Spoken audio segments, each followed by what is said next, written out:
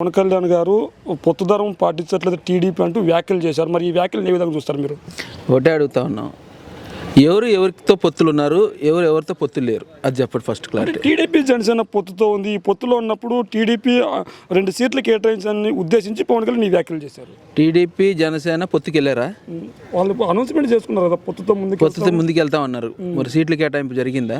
జరగలేదు. ఇంకా అసలు విధి విధానం ఏమన్నా జరిగిందా? ఇంకా లేదు. మరి పొత్తుల గురించి, పొత్తు ధర్మం గురించి మాట్లాడలేదు అర్హత పవన్ కళ్యాణ్కి ఉందా? అసలు రాజకీయ వ్యవస్థ గురించి మాట్లాడే అర్హత పవన్ కళ్యాణ్కి ఉందా? ఉంటే కనుక ఆయనకి నిజంగా ఒకటి చెప్తా ఉన్నాం, దారిని పోయేటటువంటి ప్రతి ఒక్క సామాన్య పౌరుడు కూడా కాండ్రించి ఉమ్మేసే పరిస్థితి ఈ పార్టీలపైన ఉంది. కారణం ఏంటంటే ప్రశ్నిస్తా అని చెప్పేసి ప్రశ్నల వర్షం కురిపిస్తా అని చెప్పేసి వచ్చి సుదీర్ఘ రాజకీయాలు చేస్తాను, మీ అందరినీ నిలబెడతా అని చెప్పి ముందుకు వచ్చినటువంటి పవన్ కళ్యాణ్ తన స్వలాభం కోసం ఆగడికి ఈగడికి మరి ములాఖాత్కి వెళ్ళి మిలాఖాత్ చేసుకుని ఆ ములాఖాత్లో జరిగినటువంటి మిలాఖాత్ని ఈ పొత్తు ధర్మం అంటాం, అయ్యి అంటాం, ఏంటం వాళ్ళకే నిదర్శనం. కాబట్టి వాళ్ళ మాటల్లో నేతి బీరకాయలు నెయ్యి ఎంత ఉందో ఇలా మాటల్లో కూడా అంతే.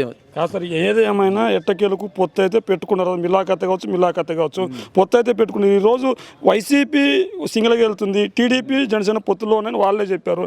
ఈ నేపథ్యంలో సీట్లు పంపకం తేలక ముందే 2 సీట్లను కేటాయించడాన్ని మీరు ఎలా చూస్తారు సార్ వైసీపీ నాయకుడిగా? ముందు పొత్తు పెట్టుకుని ముందుకెళ్ళేటువంటి చంద్రబాబు నాయుడికి సిగ్గులేదు.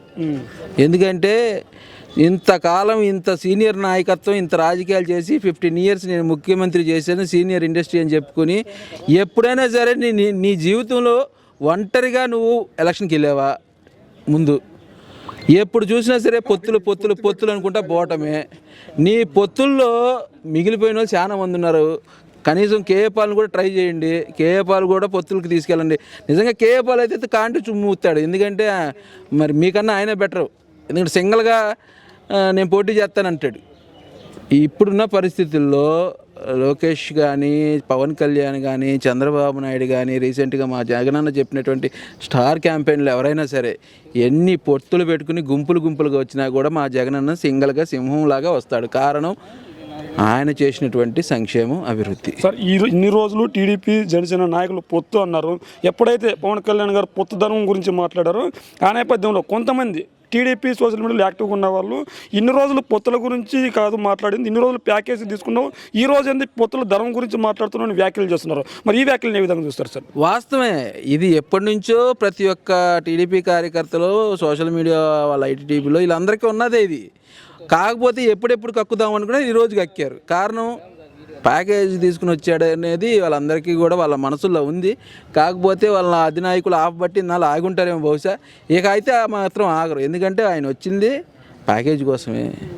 ప్యాకేజీలో మరి ఏదైనా ఎక్కువ తక్కువలు వచ్చినాయేమో, అందుకని పొత్తుల గురించి ఆయన ఇష్టం అండి. అది ఆయన డెమోక్రసీ గురించి మాట్లాడతాడు, లేకపోతే విధి విధానాల గురించి మాట్లాడతాడు, లేకపోతే సర్దార్ వల్లభాయ్ పటేల్ గురించి మాట్లాడతాడు. ఆయన ఇష్టం, ఆయనకి ఎట్టు కావాలంటే అటు మాట్లాడతాడు. సార్ మీరేమో ఆయనకి ఇష్టం వచ్చినట్లు మాట్లాడతారని మీరు చెప్తున్నారు. అయితే వైఎస్ఆర్సీపీ కూడా టీడీపీ గెలుపును జీర్ణించుకోలేక వచ్చే ఎన్నికల్లో టీడీపీ గెలవబోతుంది. అందులో భాగంగానే చంద్రబాబు నాయుడు గారిని అరెస్ట్ చేశారు కొన్ని నెలల కింద. ఇదే నేపథ్యంలో ఎటువంటి అరెస్ట్ లేకపోయినా కూడా అమెరికాలో నారా లోకేష్ అరెస్ట్ అయ్యాడంటూ వైసీపీ సోషల్ మీడియాలో ఎక్కువగా ట్రెండ్ చేస్తున్నారు. వైసీపీ సోషల్ మీడియాలో ఎవరైతే యాక్టివ్గా ఉన్నారో వాళ్ళందరూ ఇదే అంశాన్ని గురించి చర్చిస్తున్నారని చెప్పి కూడా వాళ్ళు మాట్లాడుతున్నారు. ఇదంతా తప్పుడు ప్రచారం అంటున్నారు కదా? కరెక్టే, తప్పుడు ప్రచారం చేశాం. మరి మీరు మీ నిదర్శనాన్ని ముందు పెట్టుకోండి. మీరు ప్రజానాయకుడు కదా, మీరు ప్రజానాయకుడు.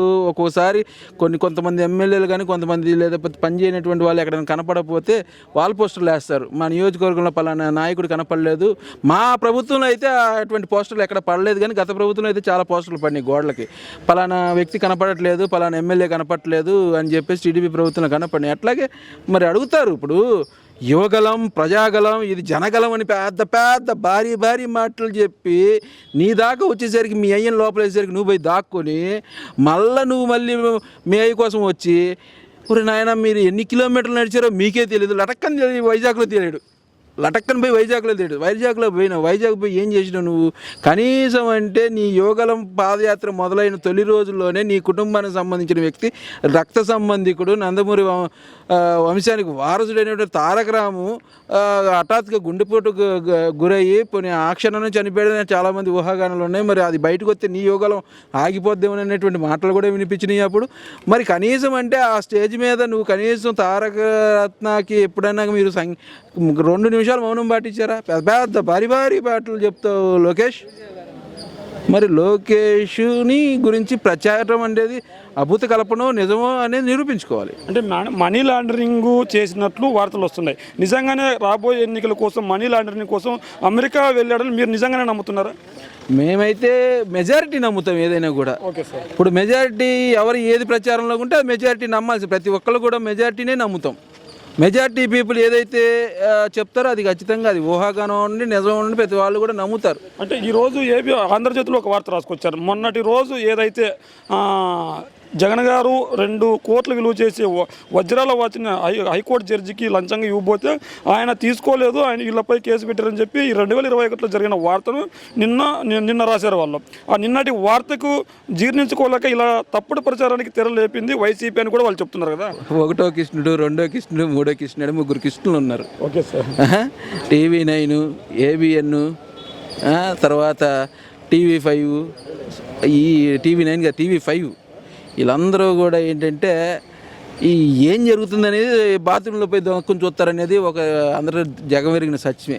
కాబట్టి వాళ్ళు రాస్తూ ఉంటారు, ఇవన్నీ రాశారు కదా అని చెప్పేసి ఇప్పుడు దాని గురించి కూడా మాట్లాడుకోని అనేది అసందర్భం. అది సందర్భం కాదు, ఇది రాసుకుంటారు వాళ్ళు. జగన్మోహన్ రెడ్డి గారు ఒక సందర్భంలో ఒక రకంగా మాటలు మాట్లాడితే ఈ వెంటనే రాధాకృష్ణ అర్ధరాత్రి తాగేసిన మాటలు పొద్దున్నే ఒకటి రాస్తాడు, అది నమ్మాలంటాడు. విష ప్రచారం, దుష్ప్రచారం, దుష్ట చతుర్స్యాలన్నీ కూడా ఏకమై వచ్చినా కూడా సింగిల్గా సింహం రాబోతూ ఉంది. ఆల్రెడీ మేము కటౌట్లన్నీ కూడా ప్రతి ఒక్క సెంటర్లో ప్రతి గ్రామంలో కూడా మా అధినాయకుడి యొక్క కటౌట్ ఏర్పాటు చేసుకున్నాము. జగన్మోహన్ రెడ్డి గారు 27వ తారీఖున ఎన్నికల శంకారం కూడా పోబోతూ ఉన్నారు. సిద్ధం, మేము సిద్ధం.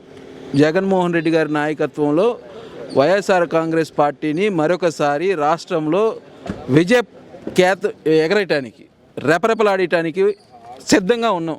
ఆయన ఇచ్చినటువంటి కటౌట్ మీద చూసే ప్రతి ఒక్క కార్యకర్త కూడా ముందుకు పోతూ ఉన్నాం. ఎందుకు సిద్ధమని చెప్పామంటే ఆయన చేసినటువంటి అభివృద్ధి సంక్షేమంతో ముందుకు పోతున్నాడు కాబట్టి సిద్ధం.